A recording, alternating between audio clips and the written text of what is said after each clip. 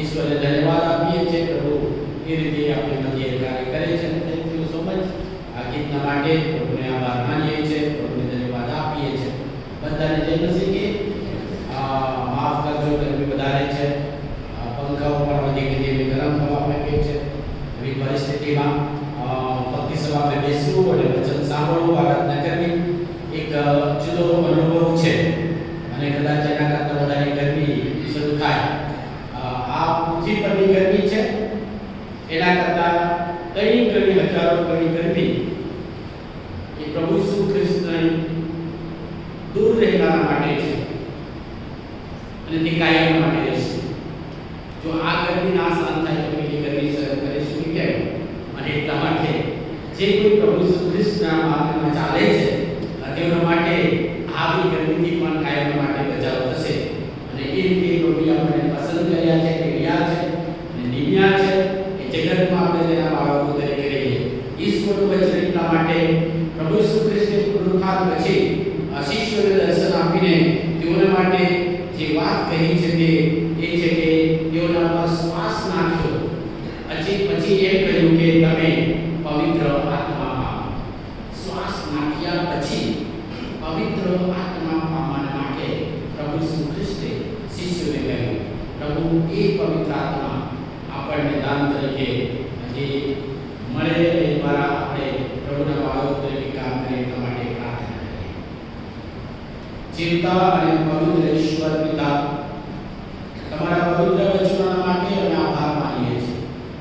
એ વચનો સમજવા અમે અસમર્થ છીએ, અલ્પ બુદ્ધિના છીએ અને પાપી છીએ. પવિત્ર આત્મા દેવ તમે વચનો દ્વારા અમારી સાથે વાત કરો, ખુલાસો કરો અને અમારા માટે રાખેલું આશીર્વાદ અમે પ્રાપ્ત કરી કૃપા કરો. અમે બધા તમારા હાથોમાં સોંપાઈએ છીએ. અમારી પ્રાર્થના મુક્તિદાતા પ્રભુ ઈસુ ખ્રિસ્તના નામમાં માંગીએ છીએ. આમીન. ગિફ્ટ જ્યારે કોઈ આપણને આપે ત્યારે વિશેષ આનંદ થાય. આપણા બર્થડેના દિવસમાં, લગ્ન એનિવર્સરીના દિવસમાં, કોઈ ખાસ પ્રસંગના દિવસોમાં જ્યારે કોઈ વ્યક્તિ અને ખાસ કરીને મોટી વ્યક્તિ આપણને ગિફ્ટ આપે ત્યારે આપણે તેને બહુ આનંદથી સ્વીકારીએ. કદાચ તેઓની ઈચ્છા હોય કે આપણે એ ગિફ્ટ તેઓને હાજરીમાં કરીએ એ વાત જુદી છે, પણ મોટે ભાગે ગિફ્ટ આપણે જે આખો સમય આખો કાર્યક્રમ પતી જાય પછી એકાંતના સમયમાં આપણે જે ગિફ્ટ તરીકે આપણને કુટુંબ તરીકે મળ્યો હોય, વ્યક્તિગત તરીકે મળ્યો હોય, એકત્ર મળીને પછી આપણે ખોલીએ છીએ. અને બધી ગિફ્ટની અંદર જે ગિફ્ટ આપણને પસંદ હોય અને વધારે ખાસ કરીને આકર્ષક હોય અને યોગ્ય હોય તેને આપણે બહુ વહાલથી આપણે ખુશ થઈને આપનાર વ્યક્તિને મનોમન આભાર માનીએ છીએ. ગિફ્ટ પ્રાપ્ત કરવાનું આપણને ગમે છે અને ગિફ્ટ દ્વારા આપણા કાર્યો થાય અને ગિફ્ટ દ્વારા આપણા જીવનમાં જે આપણી જરૂરતો પૂરી થાય એ પણ આપણે ખાસ ઈચ્છા રાખીએ છીએ. અને લોકો ઘણી વખત આપણી જરૂરતો ધ્યાનમાં રાખીને ગિફ્ટ આપતા હોય છે. એ દુનિયાની ગિફ્ટ એ થોડા સમય ચાલે અને તે ઉપયોગ કર્યા પછી એનો આનંદ જતો રહેશે. પણ પ્રભુ ઈસુ ખ્રિસ્ત કહે છે કે હું જે ગિફ્ટ મોકલાવું છું, હું જે ગિફ્ટ આપીશ તે ગિફ્ટથી તમે અસાધારણ કાર્ય કરી શકો એટલું નહીં પણ તમારું જીવન અસાધારણ બનશે. એક્સ્ટ્રા ઓર્ડિનરી લાઈફ એ ગિફ્ટથી થશે. અને એટલા માટે શિષ્યો પર પ્રભુ ઈસુ ખ્રિસ્તે શ્વાસ નાખીને એમ કહ્યું કે તમે પવિત્ર આત્મા પામો. એ પવિત્ર આત્માનું દાન હંમેશા એના પર વિશ્વાસ કરનારા લોકોના ઉપર મોકલી આપવામાં આવે. એ પ્રભુ ઈસુ ખ્રિસ્તે શિષ્યોને વચન આપ્યું કે હું જઈશ ત્યારે સંબોધક પવિત્ર આત્મા તમારા પર આવશે, તમે સામર્થ્ય પામશો અને જે કાર્ય મેં કર્યું છે તે કાર્ય કરવા માટે મેં તમારી પસંદગી કરી છે, મેં તમને નિમ્યા છે, એ કાર્ય માટે તમે આગળ વધો. એટલા માટે એ સંબોધક તમારી સાથે રહે, તમારામાં રહે અને સર્વ સત્યમાં દોરે, સમજણ આપે અને તમને એ સારા કામમાં આગળ વધારે એ જરૂરી છે. અને એટલા માટે આજે સવારે આપણે એ જોવા માંગીએ છીએ કે પવિત્ર આત્માનું દાન એ દરેકને પવિત્ર પવિત્ર આત્માનું દાન મળ્યું છે એવું નહીં. એ પવિત્ર આત્માનું દાન ઈશ્વરની કૃપા છે. અને ઈશ્વરની કૃપામાં આપણને પવિત્ર આત્માનું દાન આપવામાં આવે છે. જ્યારે પવિત્ર આત્માનું દાન મળે છે ત્યારે જગત વિસ્મય પામે છે, આશ્ચર્યચકિત થાય છે, વિચારોમાં પડી જાય છે કે આ કેવું, આ શું, કઈ રીતે બની શકે. પ્રેરિતોના કૃત્યોમાં આપણે વાંચીએ છીએ કે જ્યારે પવિત્ર આત્મા આવે ત્યારે લોકોએ સાંભળ્યું અને જ્યારે લોકો બધા લોકો વિસ્મિત થયા, વિચાર કરતા થઈ ગયા, દિંગ થઈ ગયા કે આ કેવી રીતે બની શકે. દરેક જણ અમારી પોતપોતાની ભાષામાં બોલી શકે છે. જો કે અહીંયા જે ઘટના પ્રેરિતોના કૃત્યો બીજો અધ્યાય રીતે 11 વચનોમાં વાંચવામાં આવ્યો એનો ઘણી વખત ખોટો અર્થઘટન કરવામાં આવે છે. પવિત્ર આત્મા ફક્ત અન્ય ભાષા બોલવા માટે નથી, એક દાન છે. ઘણા બધા દાનોનું એક દાન છે, પરંતુ અહીંયા શા માટે અન્ય ભાષા બોલવા માટે એ દાન આવ્યું?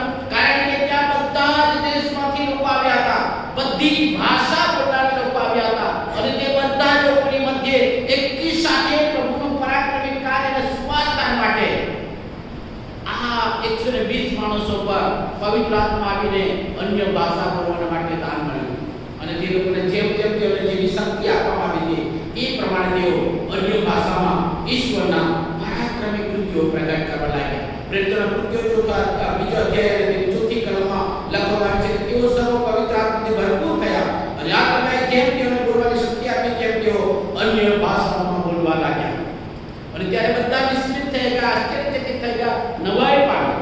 અને એટલા માટે પવિત્ર આત્માનું દાન એ ઈશ્વર તરફથી મળેલી કૃપા છે અને કૃપા માટે આપે આપેલું વચન તેઓના હાથમાં પરિપૂર્ણ બને છે. જ્યારે પવિત્ર આત્માનું દાન આવે છે ત્યારે આશ્ચર્ય એટલા માટે થાય છે જે પિત્તર પ્રભુ ઈસુ ખ્રિસ્તને પકડીને ન્યાય માટે લઈ ગયા ત્યારે એક નાની છોકરીના કહેવાથી જે કહે છે કે હું તને ઓળખતો નથી, હું જાણતો નથી, તું શું બોલે છે, એક નાની છોકરીના કહેવાથી ગભરાઈ ગયેલો પિત્તર જ્યારે પવિત્ર આત્મા આવ્યો ત્યારે એવા જ વિરોધ કરનાર લોકોની સામે, કોળાની સામે ઉભા રહીને પ્રભુનું વચન પ્રચાર કર્યો, પ્રભુનું વચન પ્રગટ કર્યું. અને પછી જ્યારે લોકોએ કહ્યું કે અમારે શું કરવું, અને ત્યારે તેઓને સ્પષ્ટ કહ્યું કે પસ્તાવો કરો અને ઈશ્વરના નામે બપતિસ્મા પામો કે જેથી તમે નવું જીવન પામો.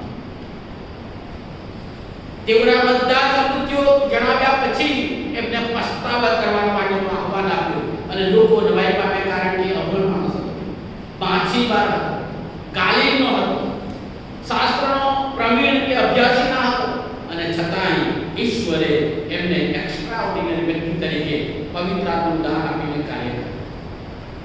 અન્ય લોકો પર જ્યારે પવિત્ર આત્મા આવ્યો, પ્રેરિતોના કૃત્યો અને તેના 10મા અધ્યાયમાં આપણે જોઈએ છે કર્નેલિયસના ઘરે જ્યારે બિન યહૂદીઓ પ્રભુ ઈસુ ખ્રિસ્તની સુવાર્તા સાંભળી, પિત્તરની સાથે કેટલાક યહૂદીઓ ખ્રિસ્ત પર વિશ્વાસ કરીને એ થયેલા યહૂદીઓ એમની સાથે હતા ત્યારે એ બીજાઓ પર પણ પવિત્ર આત્મા ઉતર્યો ત્યારે એ બધાને નવાઈ લાગી કે કેવી રીતે બની શકે. અત્યાર સુધી એમ સમજતા હતા યહૂદીઓ જે પ્રભુ ઈસુ ખ્રિસ્ત પર વિશ્વાસ કરનારા એમ સમજતા હતા કે પવિત્ર આત્મા એ અમારી મિલકત છે, અમારા સિવાય કોઈના પર પવિત્ર આત્મા ના આવે. વહાલાઓ એવું નથી. પવિત્ર આત્મા એ gift from God છે, ઈશ્વરની કૃપા, ઈશ્વરનું કૃપાદાન છે. એ જે કોઈ પ્રભુ ઈસુ ખ્રિસ્તને સ્થાન આપે છે અને પોતાનું જીવન સમર્પિત કરે છે તેના પર પવિત્ર આત્મા દાનના રૂપે ઉતરે છે અને પવિત્ર આત્માના દાનોને તેઓને સફળ કરે છે જેથી તેઓને જે કેપેસિટી છે તે પ્રમાણે ઈશ્વરનું કાર્ય કરવા માટે તૈયાર કરે છે. અને એટલા માટે દેવનો આત્મા જે અયોગ્યતામાં યોગ્ય બનવાનું દાન આપે છે કે જેથી મંડળીની અંદર આપવામાં આવે છે કે મંડળીમાં અને મંડળી દ્વારા એ દાનોની વિકાસ અને વૃદ્ધિ પામે. અને એટલા માટે મંડળીની અંદર, મંડળીમાં એ દાન આપવામાં આવે છે. જ્યારે જણાતો મંડળીની અંદર ઊભી થાય છે ત્યારે પવિત્ર આત્માનું દાન આપીને ઈશ્વર એનું કાર્ય આગળ વધારે છે. 50ના દિવસે પણ એ પ્રમાણે પરાક્રમી કાર્ય દ્વારા એ દાન આપવામાં આવ્યું અને દાન આજે પણ ચાલુ રાખવામાં આવે છે. અને એટલા માટે દાન આપનાર ઈશ્વર પોતે છે. મંડળીની અંદર જ્યારે એ પવિત્ર આત્મા દાનની ખોટ પડે છે ત્યારે પવિત્ર આત્માનું દાન માંગનાર લોકોની પ્રાર્થના થકી અયોગ્ય વ્યક્તિઓને યોગ્ય બનાવે છે. એ આજ દિન સુધી 50માના દિવસથી આજ દિન સુધી મંડળીમાં એ ચાલુ રહ્યું છે. જ્યાં મંડળીની અંદર પવિત્ર આત્માનું દાનનો ઉપયોગ નહીં કરવામાં આવે તો તે પવિત્ર આત્માનું દાનની ઉણપ દેખાય છે. ત્યાં પ્રાર્થના કરનારા દ્વારા એ પવિત્ર આત્માનું દાન આપવામાં આવે છે. 120 માણસો પર આમ જ પ્રભુ ઈસુ ખ્રિસ્તે કહ્યું અને પવિત્ર આત્મા આવી ગયો એવું નહીં. પ્રભુની કૃપા હતી અને તેઓ નિયમિત પ્રાર્થનામાં ભેગા થતા હતા, નિયમિત પ્રભુના ચરણોમાં એકત્ર થતા હતા, એક ચિત્તે તેઓ પ્રભુની વિનંતી કરતા હતા, પ્રભુની આગળ આરાધના કરતા હતા, પ્રભુના ચરણોમાં તે લોકો બેસતા હતા. અને એટલા માટે 50માના દિવસે યાદના દિવસે એ પવિત્ર આત્મા એફેસસની મંડળીની અંદર પણ એ જ બાબત બની. અંત્યોકની અંદર એ બાબત બની કે જ્યાં જેમ એફેસસ મંડળીની અંદર પ્રાર્થના કરનારા હતા, અંત્યોકની મંડળીમાં પણ પ્રાર્થના કરનારા હતા. અને ત્યાં પ્રાર્થના કરનારા વહાલાઓ દ્વારા ઈશ્વરે પવિત્ર આત્માથી કહ્યું કે બે માણસોને અલગ કરવી, જેઓને ખાસ સુવાર્તા માટે મેં પસંદ કર્યા છે. અને એટલા માટે એ પવિત્ર આત્માનું દાન આવે છે, તેની સાથે સાથે દાન આપનાર છે. હંમેશા દાન જે મળે છે તે પોતાના માટે મળતું નથી. પવિત્ર આત્માના દાનના વિશે આપણે વિચાર કરીએ તો તે બે પ્રકારના છે. એક તો એ વાણી દ્વારા છે અને બીજું કાર્ય દ્વારા છે. એ પવિત્ર આત્માના દાન એ રીતે છે જેમ કે પ્રબોધ કરવાનું, ઉપદેશ કરવાનો, સુબોધ કરવાનો, સમજાવવાનું, શીખવાડવાનું, જ્ઞાન આપવાનું, એ પવિત્ર આત્માનું દાન એ બોલવાથી બોલીને પછી એ સેવા કરવાનું છે. બીજું દાન છે સેવા કરનારા, જુદી જુદી સેવા કરનારા, જેમ કે ચમત્કાર કરનાર છે, અન્ય ભાષા બોલીને જે કાર્ય કરે છે, મદદ કરે છે, દોરવણી આપે છે, એ બધું જ એ કાર્ય દ્વારા પ્રગટ થાય છે. અને એટલા માટે રોમનના પત્રના તેના 12મા અધ્યાયની 6મી કલમથી 8મી કલમની અંદર આપણે વાંચીએ છીએ કે જુદા જુદા દાનો એ આપવામાં આવ્યા છે મંડળીની ઉન્નતિના માટે અને તેની સાથે સાથે મંડળીમાં લોકોની ઉન્નતિના માટે એ દાન આપવામાં આવે છે. પવિત્ર આત્માનું દાન એ પોતાની ઉન્નતિ માટે નથી, એ બીજાઓને ઉન્નતિ માટે, મંડળીની ઉન્નતિ અને મંડળીની સેવાના માટે અને જગતના સેવાના માટે આપવામાં આવે છે. અને એટલા માટે કદી પણ કોઈ અન્ય ભાષા બોલે એ પવિત્ર શાસ્ત્ર કહે છે કે પોતાની ઉન્નતિ કરે છે, એ બીજાઓની ઉન્નતિ કરનાર નથી. બીજાઓને આગળ અન્ય ભાષા બોલવાનું એ પોતાની ઉન્નતિ સિવાય બીજું કોઈ લાભ નથી. અને એટલા માટે જ્યારે અન્ય ભાષા બોલવાનું હોય અને પ્રભુ પવિત્ર આત્મા દાન આપે ત્યારે એકલા હોઈએ ત્યારે એ આપણે પ્રાર્થના સાથે અન્ય ભાષા બોલી શકીએ. બીજાને આગળ જ્યારે અન્ય ભાષા બોલીએ છીએ ત્યારે એ ફક્ત નુકસાન કરનાર અથવા તો શંકા કરનાર અથવા વિચાર કરનાર એ વ્યક્તિ કેટલા એક્સ્ટ્રાઓર્ડિનરી અને પવિત્ર આત્માથી ભરપૂર થયા છે તે બતાવવા માટે નથી વાલાઓ. અન્ય ભાષા લોકોને આગળ જ્યારે બોલવામાં આવે લોકોને આગળ તો લોકોની ઉન્નતિ થાય એટલા માટે પવિત્ર આત્માનું દાન આપવામાં આવ્યું છે. એટલા માટે ખાસ કરીને એ રોમનના પત્રને 12મો અધ્યાય અને તેની 6 થી 8 કલમની અંદર બહુ સ્પષ્ટ લખવામાં આવ્યું છે કે એ બીજાઓને ઉન્નતિના માટે દાન આપવામાં આવે છે. આપણને જે જુદા ઉપાદાન આપવામાં આવ્યું છે તે પ્રમાણે આપણને જુદા જુદા વરદાન મળેલું છે.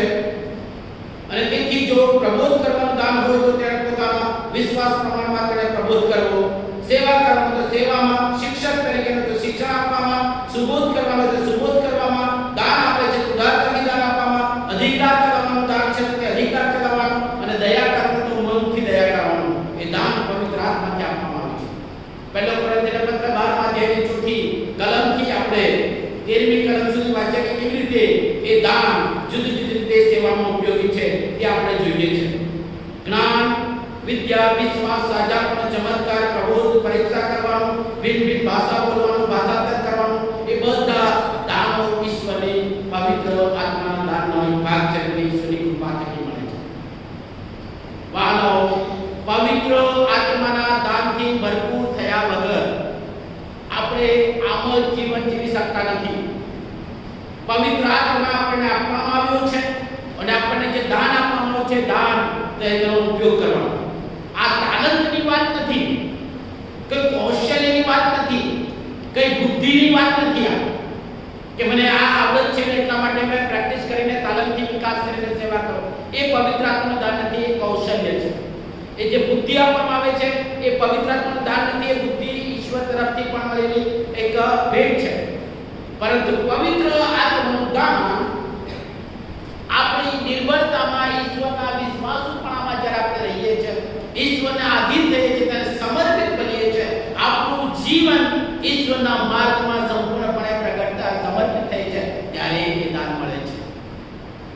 અને યાદ રાખીએ, પવિત્ર આત્માનું દાન એ સ્વાર્થ માટે નથી, પોતાના માટે નથી, ઈશ્વરના મંડળીની ઉન્નતિને માટે, બીજાઓની ઉન્નતિને માટે છે. હંમેશા મંડળી બાંધવા માટે ઈશ્વરે એ જુદા જુદા દાન આપ્યા છે. એટલે આપણે જે દાન પણ કરીએ છીએ તેની વાત નથી, આ પવિત્ર આત્માનું દાન છે. અને તે પવિત્ર આત્મા દ્વારા મંડળીને બાંધવા માટે દાન. અને એટલા માટે એફેસના પત્ર 14 તેના 11મી કલમમાં કહે છે કે વળી સંતોની સંપૂર્ણતા કરવાને અર્થે સેવાના કામને સારું, ખ્રિસ્તના શરીરની ઉન્નતિ કરવા સારું તેણે કેટલાકને પ્રેરિતો, પ્રબોધકો, સુવાર્તિકો, પાળકો અને ઉપદેશકો આપ્યા. સેવા કરવા માટે, બીજાઓની ઉન્નતિ કરવા માટે ઈશ્વરે પવિત્ર આત્માનું દાન આપ્યું છે. અને પવિત્ર આત્મા એ મંડળીને બાંધવા અને તેના જીવન અને મિશન કાર્યને આગળ લઈ જવા માટે ઉદારતાથી આપવામાં આવે છે. યાદ રાખીએ, વર્ષોથી આપણે ખ્રિસ્તી હોઈએ અને ઈશ્વરનું મિશન કાર્ય, સેવા કાર્ય આપણે આગળ વધારવા માટે નહીં સમર્પિત થઈએ તો પવિત્ર આત્માના દાન વગર આપણે અમર જીવન જીવીશું. અને તે ઈશ્વર પસંદ નથી. ઈશ્વરે જે પસંદગી કરી છે શિષ્યોને જ્યારે પવિત્ર આત્મા પામન કર્યું એટલા માટે, એની સેવાના માટે, એની સાક્ષી આપવા માટે, જે કંઈ તેમણે જોયું અને અનુભવ્યું એ બધું જ આગળ વધારવા માટે. નવા હવે એટલા માટે આપણી દાહોદની મંડળી ફક્ત અહીં એ દાન દ્વારા, પવિત્ર આત્માના દાન દ્વારા વૃદ્ધિ પામે, આગળ વધે અને એ દ્વારાથી ઈશ્વરનું સામર્થ્ય, ઈશ્વરનું પરાક્રમ પ્રગટ થાય. કેટલાકને ચમત્કાર કરવાનું દાન મળે છે, પણ તે પોતાના માટે નહીં, બીજાઓને સાજા પણ આપવાનો ચમત્કાર કરે. એટલા માટે પાઉલને શું કહ્યું? એના શરીરમાં જે દુઃખ હતું તે દૂર થાય એટલા માટે એણે પ્રાર્થના કરી. પ્રભુએ શું કહ્યું? તારા માટે મારી કૃપા બસ છે. પણ એ સેવકને પવિત્ર આત્માના સામર્થ્ય અને દાનોથી ભરપૂર કરીને એની સેવામાં ઉપયોગ કર્યો. નવા હવે એટલા માટે ત્રીજી અને છઠ્ઠી વાત, પવિત્ર આત્મા એ ફળ ઉપજાવવા માટે દાન આપે છે. ફળ ઉપજાવવા માટે પવિત્ર આત્મા મંડળીની સાથે સાથે વ્યક્તિગત રીતે એનું સામર્થ્ય પ્રગટ કરવા માટે એ દાન આપે છે. અને એટલા માટે કેટલાકને સાજાપણું, સેવાને માટે પવિત્ર આત્માથી આત્મા પારખવાનું પણ દાન છે. કયા પ્રકારનો આત્મા છે, કઈ રીતે છે તે પારખવાનું દાન છે. સંત પાઉલ પ્રથમ એને પ્રથમ ફળ તરીકે વર્ણવે છે, પરંતુ એ લખતા કોરિન્થીય મંડળીની અંદર જણાવે છે કે પવિત્ર આત્માનું ફળ ફક્ત દૈહિક નથી પણ આત્મિક છે. અને આત્મિક રીતે દોરવા માટે, આત્મિક શરીર ઉન્નતિ માટે દાન આપવામાં આવે છે. એટલા માટે પવિત્ર આત્માનું ફળ છે. ગલાતીનો પત્ર અને તેનો 5મો અધ્યાય અને 22 અને 23મી કલમની અંદર બહુ સ્પષ્ટ છે કે પવિત્ર આત્માનું ફળ એ પ્રેમ, આનંદ, શાંતિ, સહનશીલતા, માયા, ભલાઈ, વિશ્વાસ, નમ્રતા તથા સંયમ છે. તેઓને વિરુદ્ધ કોઈ નિયમ નથી. આ વચનો બોલવું સહેલું છે, પણ એ દાનો મારા જીવનમાં હોવું એ બહુ જ અગત્યનું છે. વાલા, પ્રેમ, આનંદ, શાંતિ, એકબીજાનું સહન કરવું, નમ્રતા અને પ્રભુના બાળકો તરીકે સેવામાં સામેલ થવું એ પવિત્ર આત્માનું દાન છે. પવિત્ર આત્માના દાન વગર આપણે વાલા જીવન જીવી શકીશું નહીં, આત્મિક રીતે, અને વૃદ્ધિ પામી શકીશું નહીં. અને મંડળીની વૃદ્ધિ થવી જોઈએ તે પણ અટકી જાય. અને એટલા માટે પાઉલ પ્રેરિત બહુ સ્પષ્ટતાથી ગલાતીય મંડળીને લખે છે કે એટલા માટે જે દૈહિક કાર્યો છે એ ખુલ્લા છે અને આત્મિક દાન છે એ આત્મિક દાનને માટે તમે ઉત્કંઠા રાખો. જો આપણામાં આત્મિક દાનો પવિત્ર આત્માનું નથી તો વહાલાઓ આપણામાં દૈહિક દાનો હશે. જેના વિશે પાઉલ લખે છે એ ગલાતીય પત્ર તેનો 5મો અધ્યાય અને 16મી કલમ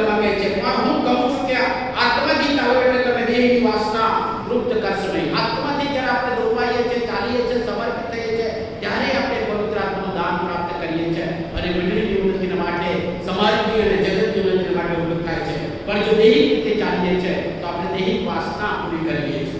17મી કલમમાં લખે છે કેમ કે દેહ આત્માની વિરુદ્ધ ઈચ્છા કરે છે અને આત્મા દેહની વિરુદ્ધ, કેમ કે તેઓ પરસ્પર વિરુદ્ધ છે. તેથી જે તમે ચાહો તે તમે કરતા નથી, પણ જો તમે આત્માથી દોરાતા હો તો તમે નિયમશાસ્ત્રને આધીન નથી. અને પછી કહે છે કે દૈહિક કામ, દેહના કામ તો ખુલ્લા છે. કયા છે જે દૈહિક રીતે છે તે? વ્યભિચાર, અપવિત્રતા, લંપટપણું, મૂર્તિ પૂજા, જાદુ, વેરભાવ, કજિયા કંકાસ, ઈર્ષા, ક્રોધ, ખટપટ, કુસમ, પક્ષાપક્ષી, અદેખાય, છાટાય, વિલાસ અને એના જેવા કામ. એ દેહના કામ છે. જો પવિત્ર આત્માના સામર્થ્યથી આપણે દાનથી ભરપૂર નહીં થઈએ તો આ દેહના કામ આપણા જીવનમાં રાજ કરે છે. અને ઈશ્વરનું વચન કહે છે કે પવિત્ર આત્માનું ફળ કે પ્રેમ, આનંદ, શાંતિ, સહનશીલતા, માયા, દયા, વિશ્વાસ, નમ્રતા તથા સંયમ છે. એવા ગુણ પ્રભુ ઈસુ ખ્રિસ્તે આપણને પવિત્ર આત્માથી ભરપૂર થઈને જીવન જીવવા માટે બોલાવ્યા છે. દેહના કામ માટે આપણને પસંદ કર્યા.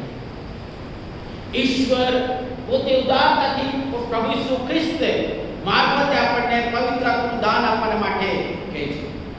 જેમ જ્યારે શિષ્યો પર શ્વાસ નાખ્યો ત્યારે ઉત્પત્તિના પુસ્તકમાં આપણે વાંચીએ છીએ તેમ સર્જન કર્યું તે પ્રમાણે પવિત્ર આત્મા આખી પૃથ્વીને પોતાના બાહોમાં લે છે. એ રીતે દેવનો આત્મા પાણી પર હાલતો હતો.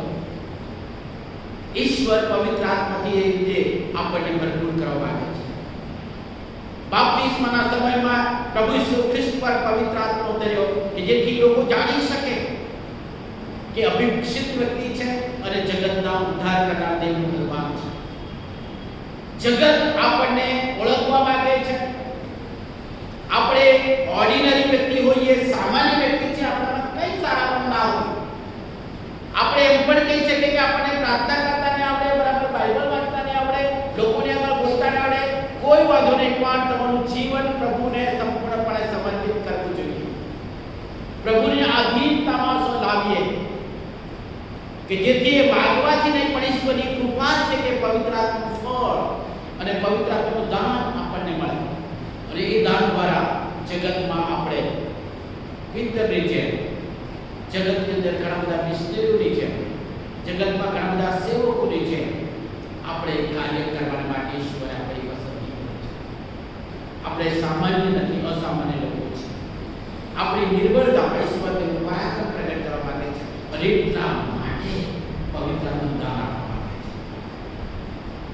દાન સાબિતી આપો. જગતની અંદર કોઈ આપણને જ્યારે ગિફ્ટ આપે છે ત્યારે આપણે આનંદથી સ્વીકારીએ છીએ.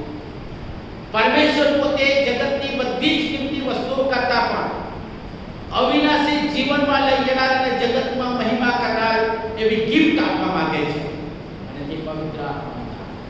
અને પવિત્ર આત્માના દાન દ્વારા જુદા જુદા દાનો તેના આપવામાં માંગે છે. એ લેવા માટે શું આપણે તૈયાર છીએ? પ્રભુ ઉદારતાથી આપવા માંગે છે. ચંદ્રશ્રી અને ઉદારતાથી આપણે સ્વીકારવા માટે તૈયાર છે. એ પવિત્ર દાન જેને મળે છે એને ઈશ્વર તેના મહિમાને માટે ઉપયોગ કરે છે.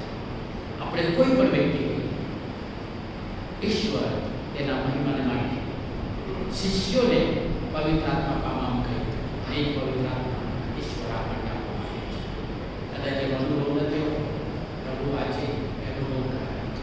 વાલાઓ નિરાશ નહીં થાઓ. જગતની અંદર આપણે સામાન્ય માટે પસંદ કરાયેલા નથી. આપણે મહાન કાર્ય કરવા માટે ઈશ્વર આપણે પસંદ કર્યું છે.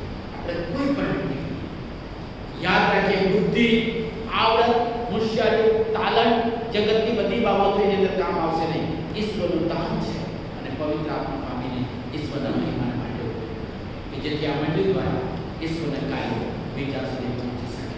એટલા માટે આવું આપણે પ્રાર્થના કરીએ. પરમેશ્વર પિતા, ધન્યવાદ કરીએ છીએ તમારા પવિત્ર આત્મા દાન માટે. અને એ દ્વારા પ્રભુ તમે અમારી નિર્બળતામાં એક્સ્ટ્રા ઓર્ડિનરી કાર્ય કરવા માંગો છો. આજે સવારે અમને પવિત્ર આત્માના દાનથી સબળ કરો કે જેથી અમારી બુદ્ધિ પર, અમારી આવડત પર, અમારી હોશિયારી પર, અમારી બધી બાબતો પર નહીં પણ તમારી કૃપા પર અમે આધારિત થઈએ. જેમ શિષ્યોએ તમે પવિત્ર આત્માથી ભરપૂર કરીને જુદા જુદા સેવા કાર્ય માટે ઉપયોગી બનાવ્યા એમ આ મંડળી દ્વારા જગતમાં તમારા પરિવાર માટે ઉપયોગી બનવા અમને તમારા આત્માનું દાનથી અર્પિત કરી દો. તમારા પવિત્ર હાથમાં સોંપાય છે. તે બાબતો અને વાસનાઓ